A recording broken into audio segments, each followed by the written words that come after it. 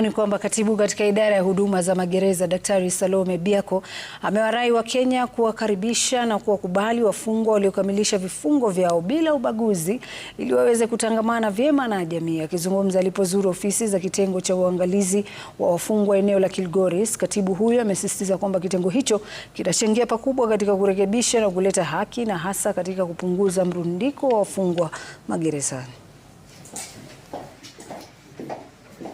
Some of the programs that we have really been emphasizing on and that have been going on are on social crime prevention.